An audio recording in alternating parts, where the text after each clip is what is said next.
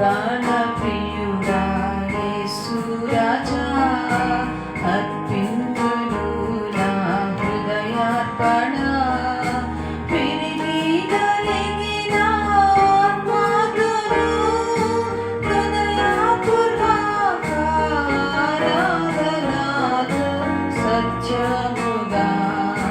విరిగి నలిగిన ఆత్మతును హృదయపూర్వక ఆరాధనతో సత్యముగా.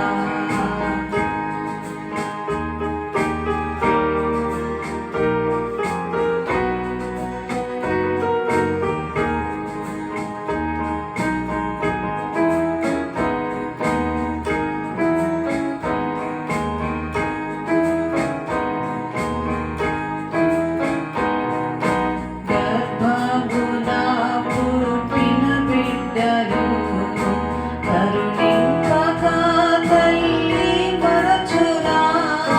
గర్భమున పుట్టిన బిడ్డలు కరుణింపక తల్లి మరచునా. మరచిన గాని నీవెన్నడూ మరువవు విడువవు ఎడబాయవు కరుణారాజా. మరచిన గాని నీవెన్నడూ మరువవు విడువవు ఎడబాయవు కరుణారాజా. నా ప్రాణప్రియుడా యేసు రాజా, అర్పింతును నా హృదయార్పణ. విరిగి నలిగిన ఆత్మతును హృదయపూర్వక ఆరాధనతో సత్యముగా.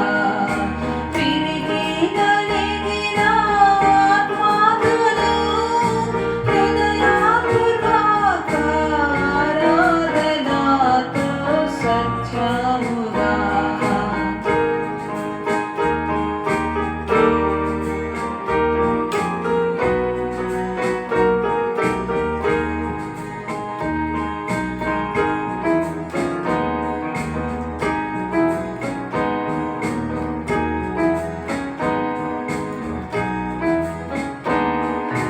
వాగ్దాన మీరాలు నెరవేరెను.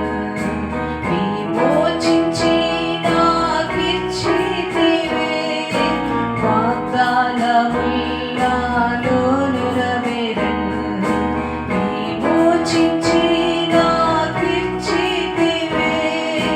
పాడేదను ప్రహర్షింతును. హల్లెలూయా హల్లెలూయా హల్లెలూయా. పాడేదను ప్రహర్షింతును. హల్లెలూయా హల్లెలూయా హల్లెలూయా.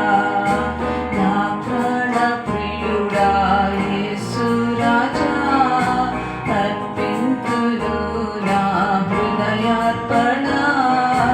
విరిగి నలిగిన ఆత్మతును హృదయపూర్వక ఆరాధనతో సత్యముగా.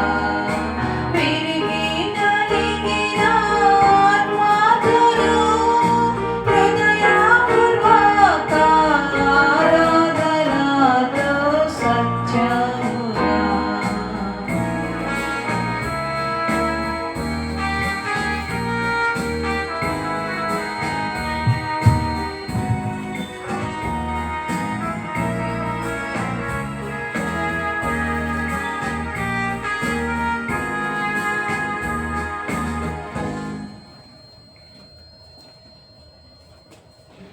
నా కృప నీకు చాలును.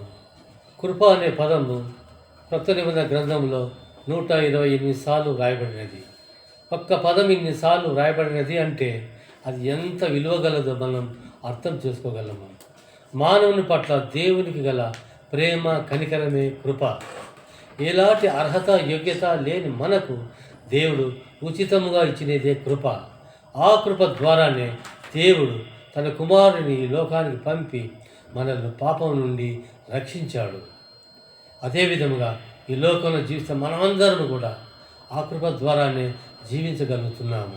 మనం ఎన్నిసార్లు తప్పిపోయినను ఆయన మనల్ని విడిచి వెళ్ళలేదు.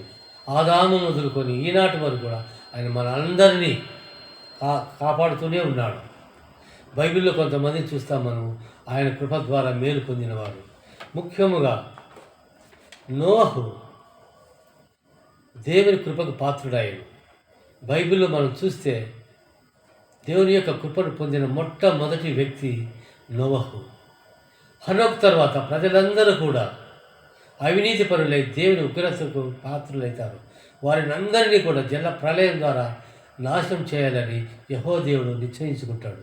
కానీ నీతిమంతుడును నిందారహితుడైన నోహును అతని కుటుంబాన్ని రక్షించాలని యెహోవా దేవుడు అనుకొని నోహుతో ఆజ్ఞాపిస్తాడు.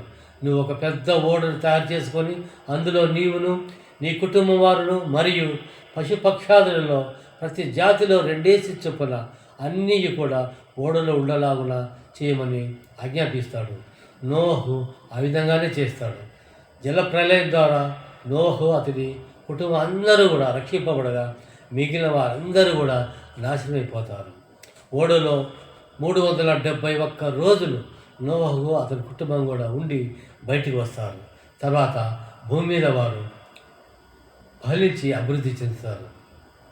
అలాగే బైబిల్లో కొంతమందిని చూస్తాము ఆయన కృప ద్వారా మేలు పొందినవారు. మొట్టమొదటిగా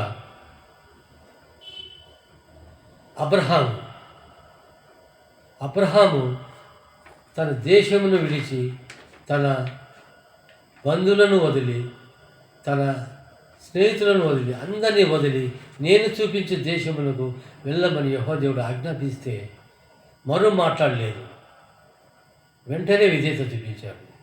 అదేవిధంగా తన కుమారుని బలిగా అర్పించమని యెహోవా దేవుడు కోరితే వెంటనే ఆయన విధేయత చూపించాడు. అందుకొరకే యెహోవా దేవుడు అబ్రహామును ఆశీర్వదించాడు. ఎంతగా ఆశీర్వదించాడంటే ఆకాశ నక్షత్రముల కంటేను సముద్ర ఇసుక రేణువుల కంటేను అంత ఎక్కువగా ఆశీర్వదించాడు. మరీ ముఖ్యముగా లోకరక్షకుడైన యేసుక్రీస్తు ప్రభువు అబ్రహాం సంతతి నుంచి వచ్చాడు. తర్వాత ఇశ్రాయేలీయుల పట్ల కూడా యెహోవా కృప బహు విస్తారముగా ఉన్నది. దాదాపు 400 సంవత్సరములు ఐగుప్తు దాస్యంలో ఉన్న ఇశ్రాయేలీయులను యెహోవా దేవుడు కాపాడాలని విముక్తి చేయాలని నిర్ణయించుకుంటాడు. ఎందుకంటే ఆ యొక్క దాస్యము బహు కఠినముగా ఉన్నందున మోషే నాయకత్వంలో వారిని విడిపించాలని యెహోవా దేవుడు అనుకుంటాడు. ఎర్ర సముద్రం దాటినప్పుడు ఐగుప్తు సైన్యము వారి వెంట పడినప్పుడు సైన్యము నుండి ఎర్ర సముద్రమును 2 పాయలుగా చేసి ఆ యొక్క సైన్యం నుంచి ఇశ్రాయేలీయులను దేవుడు కాపాడుతాడు. అదేవిధంగా అరణ్య మార్గంలో వారికి మన్నాను కురిపించి ఆహారముగా దయచేస్తాడు. బండ నుండి వారికి నీటిని దయచేసి వారి యొక్క దాహాన్ని తీరుస్తాడు. దావీదు విషయంలో కూడా యెహోవా దేవుడు తన కృపను చూపించాడు. ఒక గొర్రెల కాపరిగా ఉన్న దావీదు ఇశ్రాయేలు దేశానికి రాజుగా అయ్యాడంటే అది కేవలము దేవుని కృపయే మాత్రమే ఉన్నది. మరియు గొర్రెలు కాయినప్పుడు ఎలుగుబంటి సింహం వచ్చినప్పుడు దావీదు వాటిని చంపేస్తాడు. మరియు ఫిలిస్తీయుడైన గొల్యాతును చంపటకు ఏ ఇశ్రాయేలీయుడు కూడా సాహసించలేదు, కానీ దావీదు సంహరించగలిగాడు. సౌలు అనేక సార్లు దావీదును చంపటకు ప్రయత్నించిన ఒక్కసారి కూడా సౌలు చంపలేకపోయాడు. ఎందుకంటే దావీదుతో దేవుడి కృప విస్తారంగా ఉన్నది. వారి అందరి ఎడలే కాదు, మన ఎడల కూడా దేవుని యొక్క కృప బహు విస్తారంగా ఉన్నది. తల్లి గర్భమునందు మనం ఉన్నప్పుడు నుంచి కూడా యెహోవా దేవుడు మనల్ని కాపాడుతూనే ఉన్నాడు. మరీ ముఖ్యంగా తన ఏకైక కుమారుని మన కొరకు ఈ లోకాన్ని పంపించాడు. శిలువ మరణం ద్వారా మన అందరినీ రక్షించాడు. ఆ శిలువ మరణం ద్వారానే మనకు రక్షణ, పాప విమోచన కలిగినది. అంత మాత్రమే కాదు, ఈ లోకంలో జీవిస్తున్న మనకు అనేక సమస్యలు వ్యక్తిగతంగా, కుటుంబపరంగా, సంఘపరంగా ఎన్ని సమస్యలు ఉన్నా కూడా దేవుడు మనల్ని కాపాడుతూనే ఉన్నాడు. ఎందుకంటే ఆయన మనకు వాగ్దానం చేశాడు, నా కృప నీకు చాలును. నిజమే, ఆయన కృప మనకుంటే మనం ఈ లోకం నుంచి భయపడాల్సిన అవసరమే లేదు. కాబట్టి ఆయన యొక్క కృప మనకు ఎల్లవేళలా ఉండులాగా ప్రభు మనకు సహాయం చేయనుగాక. ఆమేన్.